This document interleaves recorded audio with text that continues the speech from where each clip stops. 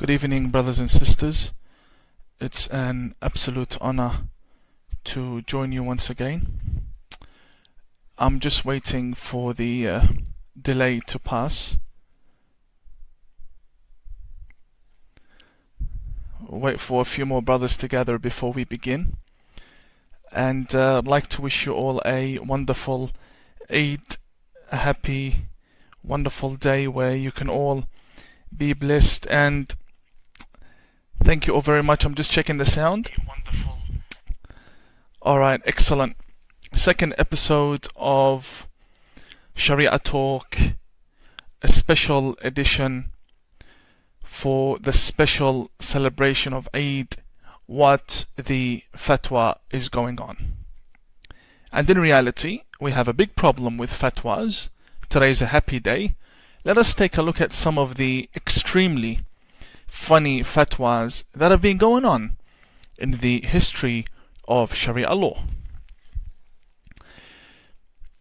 Now, of course, I've shown you the fatwas mentioned in the Bukhari in the first episode of Sharia Talk, where we showed how when someone is sick, they are ordered to go and chase a camel, to drink from its urine and drink from its milk. Then, when they finish drinking the urine, they kill the owner of the camel and they steal the camel.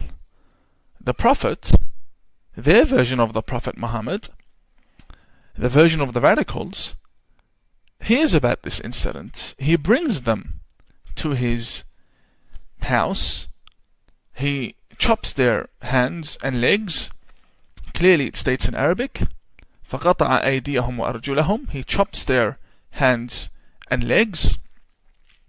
Then he سَمَّرَ أَعْيُنَهُمْ. He placed nails within their eyes. This is medicine, Sharia medicine. We gotta have to accept it. But there are modern fatwas. We can say, okay, we have these fatwas that existed in the past, and these rulings and teachings. But what about now? Now that we've come into these modern eras of technology and civilization and human rights for all, and we're past all of that nonsense. What do we have to deal with now as Muslims? What really needs reform? Why reform in the first place? What is going on? Firstly, the first WTF, what the fatwa, is the fatwa to kill. If I don't like you, you write a book against me, then it's okay for the Islamic scholar to issue a fatwa against the person they don't like and tell their followers to go around and killing them. And this has happened. We're not speaking about something that occurred on the moon. This is something that occurred here on this planet of ours. Khomeini issued a fatwa against Salman Rushdie. Now Khomeini, he was a genius. I'm not saying Khomeini was an ignorant person, and the main reason why we hold him accountable was because he was a knowledgeable person. No one can deny that. Khomeini was a knowledgeable person, the leader of the revolution of Iran. But sometimes these knowledgeable people, they suffer from some sort of they live in their own world. I don't want to say mental illness, but sometimes too much power is dangerous. So he issues a fatwa against Salman Rushdie for publishing the satanic verses. Salman Rushdie insulted the Prophet Muhammad. The funny thing is, during the life of Prophet Muhammad, people used to insult Prophet Muhammad, spit at him, throw rocks at him, and Prophet Muhammad never killed one of them. His companions were murderers, yes. As for he himself, he used to run away from them. And history says that he fled from Mecca, his hometown, for 8 years, and he lived in Medina. And he returned when he was stronger. Why would you kill someone for the Prophet Muhammad because they drew a cartoon? These fatwas of killing, these need to stop. You don't kill people because of the way they think. People think differently. They study certain historical, political figures differently. And according to our own understanding, we see things differently. We don't kill people for how we think. This is the first problem when it comes to fatwas. The fatwa of death. If I don't like you, I kill you. That is disgusting. That is not the way human beings should be. And this obviously stems from serious roots within the history of this religion. Yes, it emerged as a religion of peace. All religions have to emerge as religions of peace because that's how they can gather an audience, a following. You emerge as a religion of peace, and now it's a religion of rest in peace. It's killing everyone, including people like myself. Therefore, this fatwa to kill needs to stop. The funny thing is, the fatwa to kill doesn't only extend to human beings they don't like. The fatwa to kill extends to anything they don't like. We have a Grand Mufti, or one of the main Muftis in Saudi Arabia. His name is Al-Munajjid, or Al-Munjid, depending on the pronunciation. The Yemenis call him Al-Mungid or Al-Munajjid. I call him Al-Munajjid. In any case, this man issued a fatwa to go and kill Mickey Mouse. What do you say to such a person? Honestly, and you go on Google and you type the Mickey Mouse fatwa to kill Mickey Mouse. Why? Because it's a mouse, and mice are to be killed in Islam. So Mickey Mouse, and he says, this man with no shame, he says on national TV, he didn't tweet this, he didn't post it on Facebook to say that his page was hacked by someone. No, he came out on national TV and he said, Mickey Mouse is to be killed في جميع الحالات. In all conditions, you need to kill Mickey Mouse. How do you deal with such a person? So now we have to kill Mickey Mouse and kill Tom and Jerry. How do you guys come up with these fatwas? I really don't know. After this was translated into English and there was outrage in the West, he came out speaking in English, basically reading, saying that he didn't mean Mickey Mouse, he meant any mouse. He didn't make it better. You haven't really made anything change. Anyone wearing a Mickey Mouse costume would be killed now because of your fatwa. It doesn't work like that. So the fatwa to kill extends to everything they don't like, even if it be a cartoon on television. You have to kill. The second issue is the issue of sex. This idea of sex and money and women is a serious matter when it comes to the development of radical Islam, the extreme version of Islam. It's very serious when it comes to promising them what they will receive in the hereafter. This isn't a joke. When you promise a young Arabian, hungry, young adult, you promise them 72 virgins, and they come up with these ridiculous statements that we were taught. That if her headband, if these 72 virgins, if one of them, their headband falls on this earth, the headband falls. From paradise, it falls, the headband comes through all the planets and lands on the earth. The whole earth would smell nice and beautiful like musk. Come on, man. Who are you fooling? Who are you fooling? My perfume smells a lot better than anyone that can fall from space onto this earth. Or anything that can fall. This is ridiculous. Ridiculous. That if the headband of one of the 72 virgins falls, everyone will smell it at the same time. Beautiful, will have a massive, massive wave of perfume. What's going to happen to this hungry young adult? And when I say hungry, I'm not here trying to insult or offend anyone. This is serious talk. These people, they eat meat early in the morning. They eat meat. They're full of energy. They live off dates. In the time of the Prophet, one of the main meals was dates every morning. The dates are full of sugar. Where are they going to release all of this energy? You're telling them that if they kill a Jew, kill a Christian, they're going to get 72 virgins on top of dining in the restaurant up there with the Prophet Muhammad. Of course they're going to kill. They'll kill everyone. They'll kill themselves if they can. And we see it today with suicide bombings. It happens. It's not something that we're imagining. These things occur. And then we have the more ridiculous statements that every 72 virgin, every one of these virgins, brings along with her 141 other virgins. These are the ones you haven't heard about. Every virgin has another 141, and they're called the huriyat, that accompany each virgin. I know, what is this whole ideology for sex, and what's happening? Is this a religion of piety and spiritualness and love and care, love for your brother what you love for yourself, or you guys are just a bunch of horny people? Which one is it? Which one is it? Because when someone listens to you, that's exactly what they think. This is a religion of people who are sexually hungry. That's all they care about. They care about the promises that they're going to receive. These are ideas that need to be wiped out of the religion. These are myths. They don't exist. There's no 72 virgins. There's none of that. Yes, there's paradise where you can actually enjoy eternal happiness, and that's the positive energy, and you see your good deeds will reward you. These are things I can relate to as a religious man.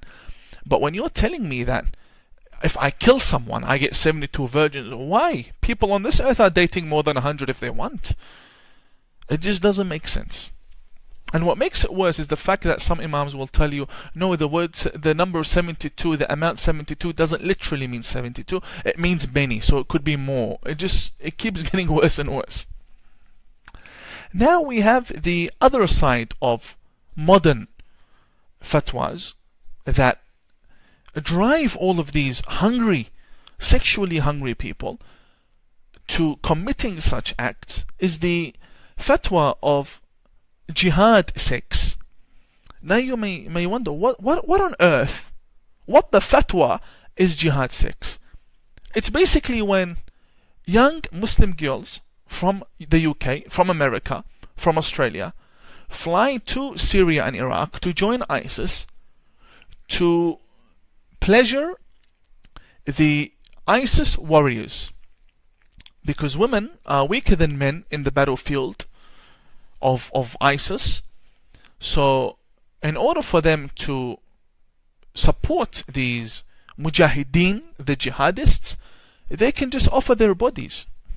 And ladies who thought of this as being the dream of their lives, she's going to go and fall in love with a jihadi who will soon be a martyr, and then they can have kids and live a wonderful jihadi life. They go there, and the guy, he's sharing her around with all of his friends. She's not getting one, she's getting literally 72 guys, even more, that are being raped. There are cases where these young girls are confessing on YouTube, confessing on media, that are saying they've been raped more than 1,000 times, with no rest whatsoever. It's disgusting. And who issued this fatwa? This fatwa was issued by Dr. Muhammad al-Arafi, one of the prominent Wahhabi, Salafi, fundamentalist scholars now in Saudi Arabia. And he comes to Indonesia, comes to Australia, walks around in London, and he's ruined many lives. So now we have this whole jihad of sex. This very Araifi has another fatwa. What the fatwa is going on? He says that a father cannot sit with his daughter. A father cannot sit with his daughter without the presence of her mother. Why? Because the father is actually raised according to their society, their Saudi Arabian Islamic society.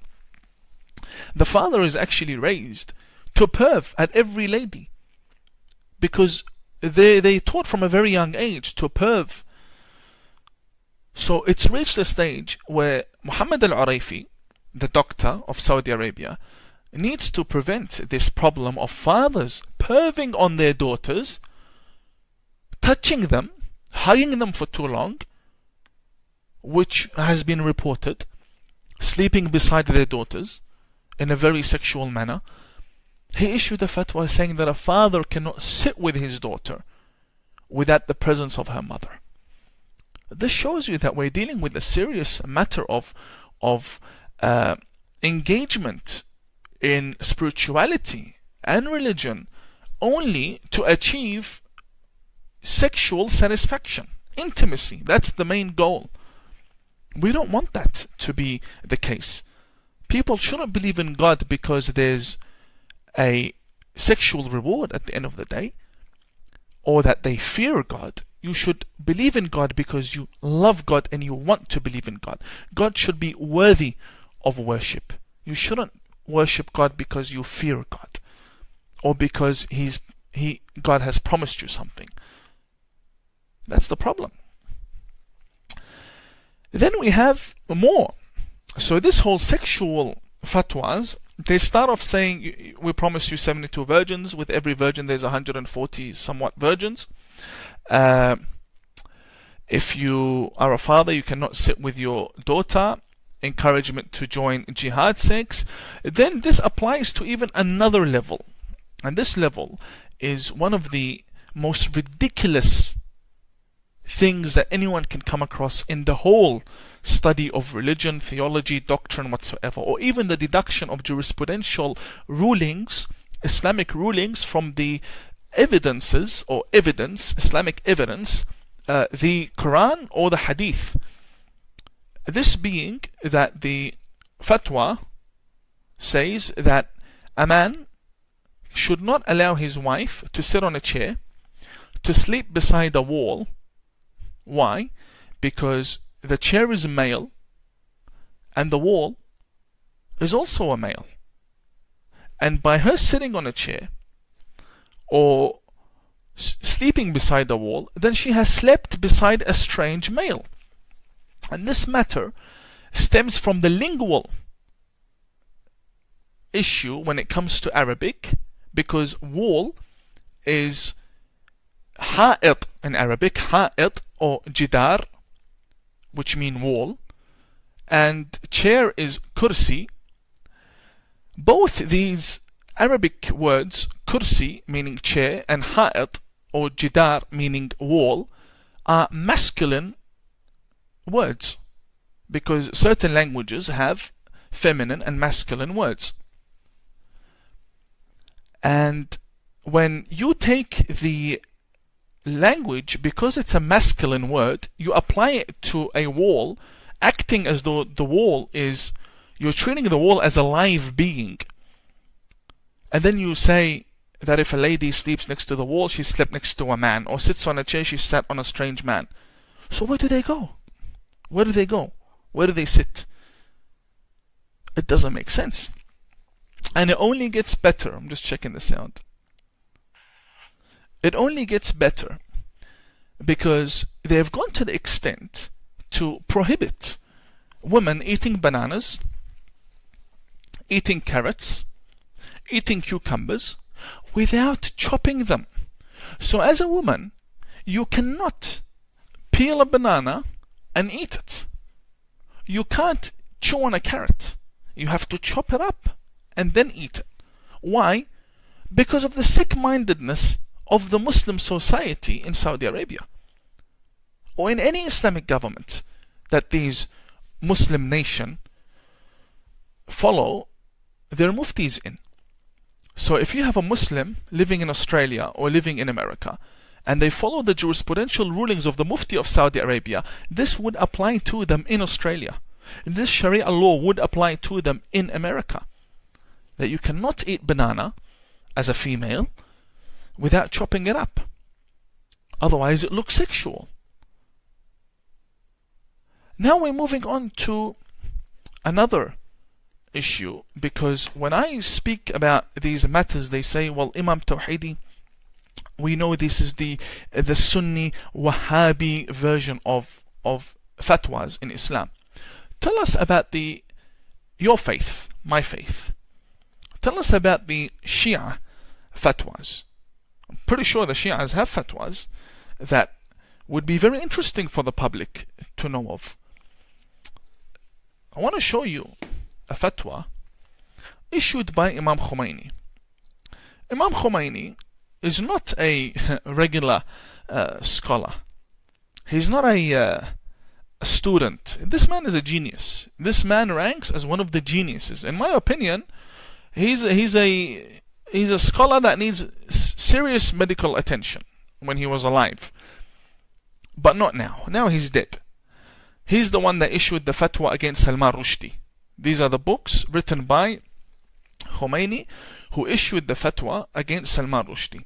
This is the Sharia law of the leader of the Iranian Revolution, Al-Imam al-Khomeini, also known as Tahrir al-Wasila.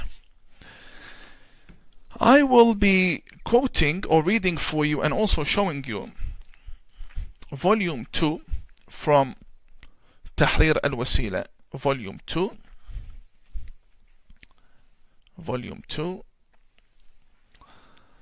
if I may just, yep, volume 2 from Tahrir al-Wasila. That's the name of the book, Tahrir al-Wasila. And I know many Muslims will say, well, he's not the only one that has this fatwa. Many Muslims will say, there are other scholars that have this fatwa. To me, it doesn't matter who has this fatwa, be it Khomeini or anyone else. I deal with status. This man ranks the number 1. This man represents Shia Islam. This man, whenever Shia Islam is brought up, his name is the first to be mentioned amongst every other scholar. We deal with the giants so that we can have a better outcome and a better result. This is the license of the print, printed by مؤسسة تنظيم ونشر تراث الإمام الخميني, printed by the Association to Print and Spread the Teachings of Imam Khomeini, book Tahrir al-Wasila, volume 2, as you can see, volume 2. And we're coming to page 255. 255, as I've marked in yellow for you. 255. Sharia law number 12. What does this man say when it comes to women? What does he have to say? This is the highest ranking scholar in Shia Islam. I don't care about politics. Politics aside, he was a politician, he was a leader of a revolution, he was this, he was that. To me, it doesn't make a difference. This man was a grand Ayatollah, and he ranked the first in the whole Shia world when he was alive, and until now he has followers that carried on following him from the time of his death until now. Issue number 12, he says, لا يجوز وطء الزوجة قبل إكمال 9 سنين. He says it's not permissible to engage in sexual intercourse, in sexual penetration with the wife before 9 years of age. So immediately after 9 years or at 9 years, according to him, you can. You can. But this is not surprising. We all know this. Then he says, whether it be permanent marriage or temporary marriage. Then he says, وَأَمَّا سَائِرِ الْإِسْتِمْتَاعَاتِ. As for other sexual pleasures. What do you mean, other sexual pleasures? He explains, كَاللَّمْسِ بِشَهْوَةٍ. Touching her sexually. So you touch the private parts of the young girl who is younger than 9 years old, and hugging her sexually. وَالتَّفْخِيذ. Thighing her. So stripping the underage 2-year-old, 3-year-old, 4-year-old, 5-year-old, 6-year-old, 7-year-old, 8-year-old, under 9 years old, stripping her, laying her on her back against her will, folding her thighs together and penetrating her thighs, thighing her. he says it's not permissible to have sex with a lady younger than 9. However, as for other pleasures, touching, hugging sexually, and thighing her, فَلَا بَأْسَ بِهَا, there's no problem in that. He says, there's no problem in that. فَلَا بَأْسَ بِهَا, there's no problem. Then he says, حَتَّى فِي الرَّضِيعَةِ.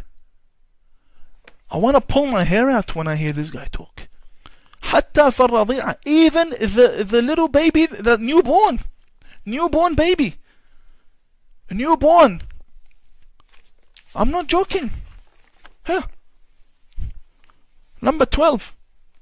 Number 12 here. The one that's highlighted. I don't know if you can see.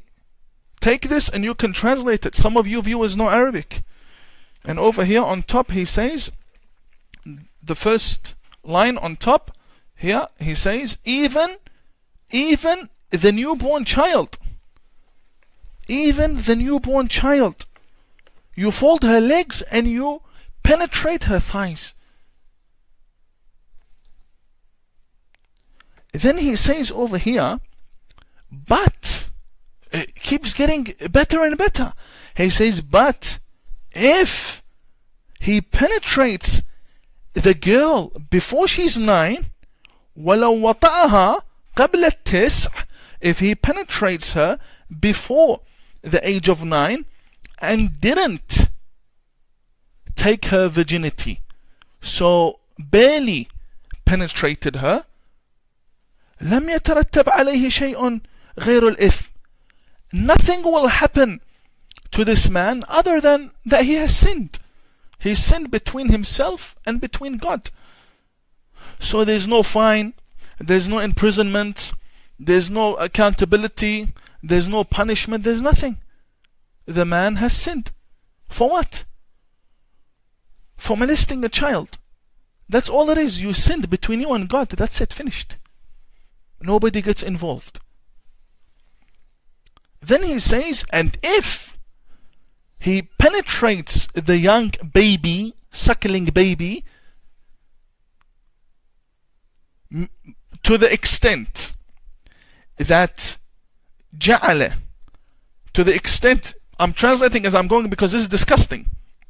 He says that he rips the young baby to the point that the private parts are both joined now. Everything is ripped completely, destroyed.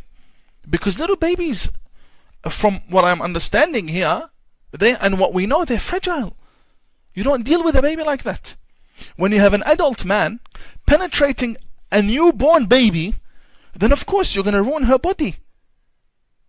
Then he says, if he rapes the girl, then we tell him to stop. حرم عليه وطئها. Then in this case, حرم عليه وطئها. He can no longer penetrate. So he's not preventing him from it from the very beginning. He tells him, if you do it, then you stop. Why would you let him do it in the first place? Then he says over here, بل, and we're still speaking about the young little toddler, newborn. بل وإن تزوجت بعد الطلاق على الأحوط ويجب عليه دية الإفضاء. He says, Imam Khomeini says, if the young baby that has just been thied or raped, if she's divorced and she goes to marry someone else, this baby, she's not going to be raped once or twice. She's going to be raped several times. And if she gets married, the little baby girl, after the divorce from the first rapist, he needs to give her, the little girl, the penance, the fine of making her bleed when ripping her body in half, basically. When taking her virginity away. And this whole thing is talking about baby. We're not speaking about an adult lady. This is all about little girls. Little girls. And someone will, from his followers, from his followers will say, yeah, all the scholars believe in this. Then that's your problem. You don't justify this by telling me there are 100 scholars that say this, not only him. I'm dealing with the big giant over here. Of course, if the giant says it, everybody else is going to say it. This is not something. I read it for you again. He says, it's not permissible to have sexual intercourse with a lady before 9, but you can hug her, touch her, thigh her, sexually touch her and thigh her.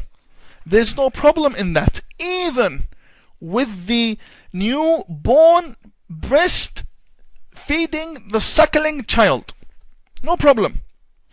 And if you do penetrate the girl, the little newborn girl, nothing is wrong with that. You just get a sin.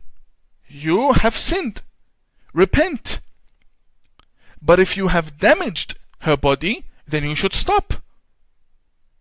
And if she gets married to someone else after you, a little baby gets married to someone else after you, then you need to give her the fine. And where's the dad of this girl? Married off. The little baby is being married off to these men, barbaric men. Tahrir al-wasila. We're not making this stuff up. You can't make this up. This is published and taught. Published by the government of Iran. There's their logo. This is the body that publishes the teachings of Khomeini, one of the greatest Shia scholars. Who are we kidding? Who are we kidding? This happens. And this has happened. This has happened. We don't want to get into the details. We do not want to get into the details. But if people want to bring up the details, we'll bring the details. We will bring the details. Because it's very graphic and very disgusting. But this happens. It happens because giants like this allow it to happen. Another Shi'i, so-called Shi'i scholar, Makarim Shirazi. A quick Google search about the Grand Ayatollah Makarim Shirazi. This Makarim Shirazi, I'll speak about him in my book, not now. There's a history between me and Makarim. And there's a reason why I left his office. And if people want to say that Tawheedi has nothing to do with Makarim Shirazi, or that he made his way through his office and tricked them like the statements they've been making, this Grand Ayatollah, I know him personally. And if someone wants to deny this, I'll pull out the bank statements and the receipts that I have from Iran, where he used to pay me for my work for him. I'll bring them all out. It's not much, but there is evidence that he used to pay me. And he's very well organized. There are bank transfers from his office, and I will show the world. So don't play around. For a very long time, I used to manage his books. This man is a psychopath. Absolute psychopath. And we'll get to that later on in my book, not now. I will not speak about Makarim now. Makarim al-Shirazi, the Grand Ayatollah Makarim al-Shirazi. And there's a reason why I used to work for him. There's a reason why. It has something to do with my imprisonment and me needing to seek protection while studying. And he has a history. Him and his son have a history. Speaking to my father when we had the mosque in Perth. And there's a long story. I'll get to that in my book. Makarim al-Shirazi says that using high-speed internet is forbidden. Is haram. Not halal. Not allowed. You cannot use high-speed internet. Then when you go to his website, Makarim, MAKAREM.IR, he has one of the best websites amongst all the Grand Ayatollahs. And I was there in the office when the people were working on the website. This is going back 2011, 2012. And he spent 13 million tumans on his website. 13 million tumans at that time, I remember, was around $4,000 to $5,000. It's not a lot of money for someone like him who ranks like the Pope. But come on, you spending $5,000 on a website. This website's not going to function on dial-up. It's going to function on fast-speed internet, on NBN, on broadband. So how can you have a fast, if you don't have a fast internet, how are people going to come onto your website? You want people to surf your website on slow internet? And what is your problem with the internet in the first place? Why are you against knowledge? Why are you against anyone accessing knowledge? Why do you want to slow down people's intellectual growth? All you have to do is Google it. Makarim prohibiting internet, fast speed internet, something along those lines. The articles will come up. This man has another foolish fatwa that says smoking is illegal. You cannot smoke. Smoking is illegal. Now this man obviously doesn't know his jurisprudence at all, because the harm that is haram in Islamic jurisprudence is the harm that affects you immediately. So if a human being smokes and instantly dies, knows that they will die, or that a limb would stop functioning, they can't see anymore, they can't move their hands anymore, their legs will stop working, or that one of their powers, their human abilities, will stop functioning. So if they smoke now, out of certainty 100%, they will no longer be able to conceive children. These three categories are what make any harm haram, prohibited. Not any harm is haram.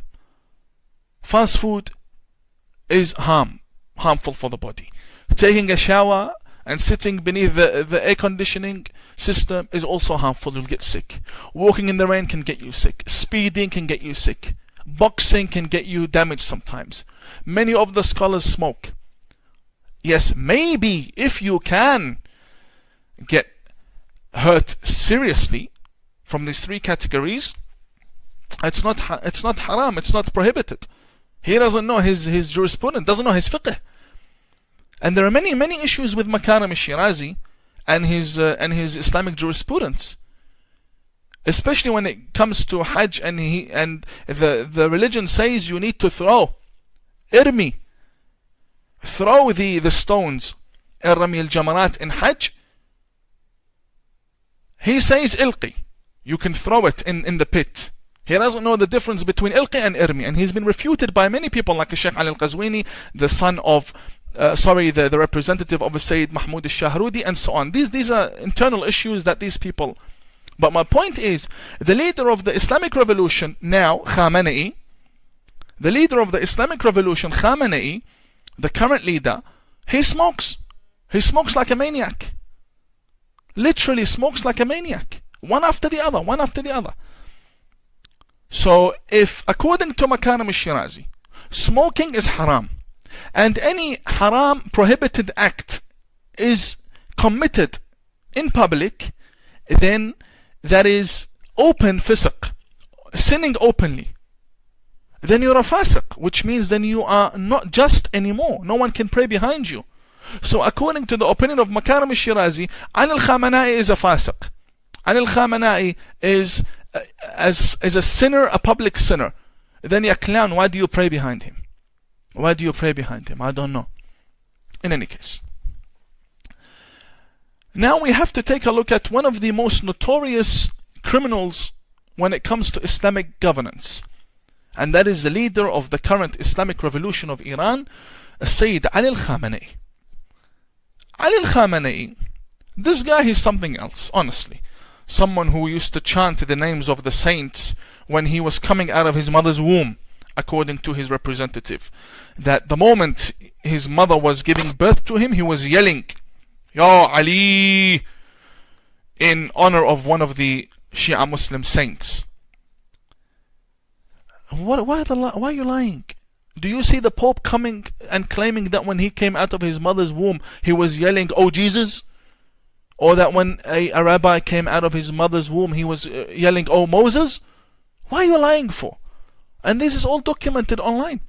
Khamenei yelling, Ya Ali, when coming out of his mother's womb. This is ridiculous. Absolutely ridiculous. Now, Khamenei is a serious joke. And many people will say why.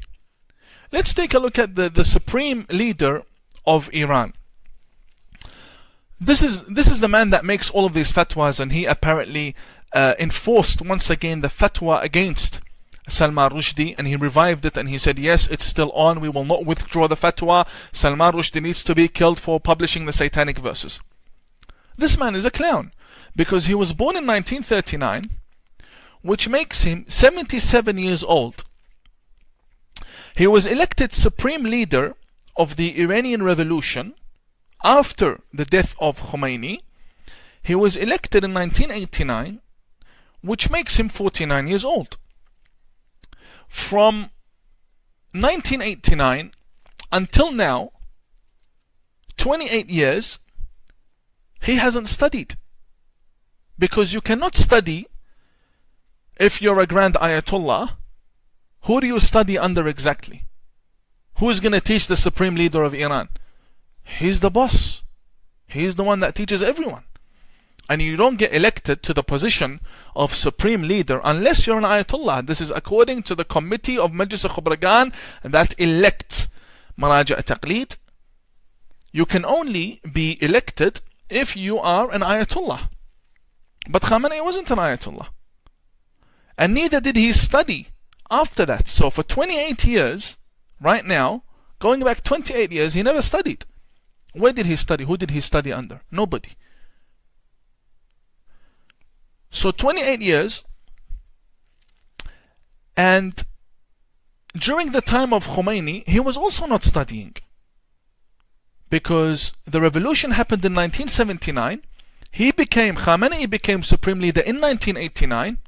So in 1979, the revolution began, Khamenei was at war. From 1989 to 1979, that's 9 years. The war with Saddam Hussein against Khomeini was for 9 years, 8-9 years. Give or take few years coming back and forth. Point is, he was in the battlefield for 8 years.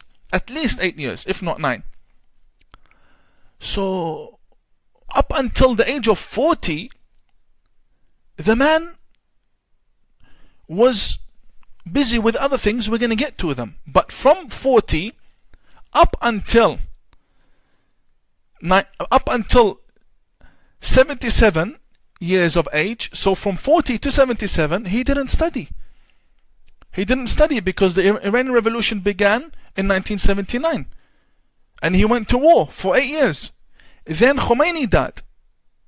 In 1989, he became the supreme leader at 49. From that time until now, he's 77. Khamenei didn't study under anyone. There's no record of that. So he was 40 when all of this began. But we will take from the 40 another 5 years, because before the 1979 revolution, we had Khomeini being exiled, and he himself was imprisoned. This is from his very website. I'm reading now that Khamenei, the supreme leader, is a fraud. It says in his website, now he was detained in Tehran's notorious police Sawak joint prison for many months. This had been his most trying imprisonment. And Khamenei has this to say about the barbarous treatment of the detainees. Then he says, 1975 he was freed, again sentenced 1976, again 1978. Then at the end it says, thus after nearly 15 years of bearing all sorts of torture at the hands of the agents of the Shah's bloodthirsty regime. So for 15 years, according to his own website, the man was busy before the revolution. For 15 years he was working as an activist against the revolution. But we will leave the 15 years. We'll take only the last 5 years from the 40 remaining years. We only have 40 remaining years now to see if he studied or not. We'll take 5 years from it, because Khomeini was getting ready, he was exiled to France, Khamenei was imprisoned. This whole 5 years time, we'll take it from the 40. We have now 35 years clean. I'll give it to Khamenei clean. In order for someone to become a mujtahid, you need to study at least 30 years. At least 30 years. A proper mujtahid. 30 years. Anyone who studies less than 30 years is not a mujtahid at all. At least 30 years. Yes, there are exceptions, but in reality, Khamenei is not Alam al-Halli to be a mujtahid at 12. He's not Alam al-Halli. We have exceptions, but in a normal situation, 30 years is the required required period for someone to study. Khamenei didn't study for 35 years. Why? Because he began studying in 1957. His biography on Wikipedia says he began studying Quran at 4. Quran isn't Islamic science. He was probably memorizing, and I will give him credit. He's a good Quranic reciter. I'll give him the credit for that. But he didn't study usul. He didn't study principle. He didn't study jurisprudence. He didn't study anything when he was 4. He didn't. There's no record of that. He did not study, and he studied Quran. If you want to say that Khamenei studied Quran and that is enough, then he and the Grand Mufti of Saudi Arabia are equal in knowledge. Because the Grand Mufti of Saudi Arabia also studied Quran. There's nothing special if you study the Quran. So what? Because if you study the Quran, it doesn't make you qualified to deduct rulings and become a leader in religion. So he began studying where? In Najaf, in Iraq, when he was 18. When? In 1957. For how long? For 1 year. And he came back due to his father's health. Then in 1958, he began studying in Iran under the Grand Ayatollah Burujerdi and Khomeini. Khomeini has said all talk, chat, politics. Amma Burujerdi, you're kidding me. You have to be kidding me. You have to be kidding me. Burujerdi doesn't teach basics. Burujerdi teaches Bahath Kharij. Grand Ayatollah Burujerdi, who used to have conversations with Einstein, teaches Khamenei, who hasn't studied anything. What will Khamenei understand from Burujerdi's lessons to begin with? Nothing. Zero. Atrash bizzafah. Nothing. Burujerdi is deep science, deep principle, deep knowledge. Khamenei, coming from Quranic classes, sits under Burujerdi, skips all of the basics. For what? It doesn't make sense. So, if he started at 18, out of the 35, that means we have 17 years. What about his trip to Russia? What about his imprisonment in the time of the Shah again? And his trip to Russia and his high school studies? And how many hours did he study from these 17 years? And then his marriage and his trips and his time in presidency. What are you going to get from a 10-year time studying when you're a busy person? When did you study, Ya Khamenei? When did you become mujtahid? How do you become mujtahid in 10 years? Even if we said you studied full time, you still won't become a Grand Ayatollah in 10 years. No, and he wants to be the greatest Grand Ayatollah and the supreme leader for the Milky Way in broken 10 years. Not going to happen. Not going to happen. And then he says, no, and all of this, and he wants to come head to head with the Grand Ayatollah Sistani.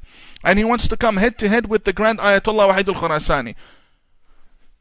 Not going to work. No one's going to take you seriously. Yes, because of your power, they will take you seriously. But you're a fraud. All of the Islamic leaders are frauds. They didn't study anything. And it says here in his biography, Khamenei is considered very sensitive to criticism. Public criticism of Khamenei has been described as a virtual guarantee to a prison sentence, Of course. Because he knows himself very well. Khamenei knows himself very well. He hasn't studied anything. So in Iran, you can, as an atheist, you can publish a book denying the existence of Allah, and nothing will happen to you under Islamic government. You, as a Sunni Muslim, you can publish a book denying the virtues of Fatima to Zahra, the daughter of Prophet Muhammad. Nothing will happen to you. But if you criticize Khamenei and you say, I don't like his beard, you get to go to prison. It doesn't make sense. This is injustice. And he's a fraud. Very clear. The facts say, not me. This is the fact. This is his biography. The fact. At least the ABC, thank you very much, at least the ABC confirmed that Imam Tawhidi was overseas studying for 9 years. At least for 9 years, Imam Tawhidi, confirmed by the ABC, he was studying, but not under Jama'at al-Mustafa, and the response is coming on the way. The response is coming on the way to prove their lies, but for now, I say Hassan Nasrallah is 10 times more knowledgeable than Khamenei. Another what the fatwa. Ibn Baz, who is a prominent Sunni leader, says it is illegal, you get killed, illegal to say the earth rotates. Ibn Baz, very well known, says it is illegal to say that the earth rotates. The Islamic Council, Al-Majlis, that's the name of it in Arabic, Al-Majlis Al-Da'im Lil-Ifta' or Al-Majlis Al-Ifta' Al-Da'im, the permanent Islamic Council for Fatwas, 9 years ago, under Fatwa number 21,409, issued a fatwa saying it is illegal to gift roses. What the fatwa, man? Why? Why? Roses. It is illegal to give roses because the scent of the rose, it arouses the sexual desires of the people. Ibn Uthaymeen, who is another mufti, says learning and speaking English is illegal. You cannot speak English. It is the language of the kuffar, the language of the infidels.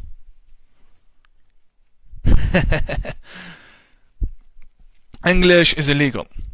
Roses are illegal. The earth rotates is illegal. You publish a book, you get killed. You criticize the leader, you get killed. If you want to sit with your daughter, you need a mentor, you need a mediator, you need your wife. Then there's a new fatwa that says if you wear a hat, and this is a man, elderly man, white beard, prominent Grand Mufti, comes out and his lecture is on YouTube.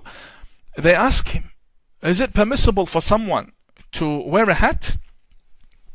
Like this is my fake sheikh hat. Is it permissible for someone to wear a hat?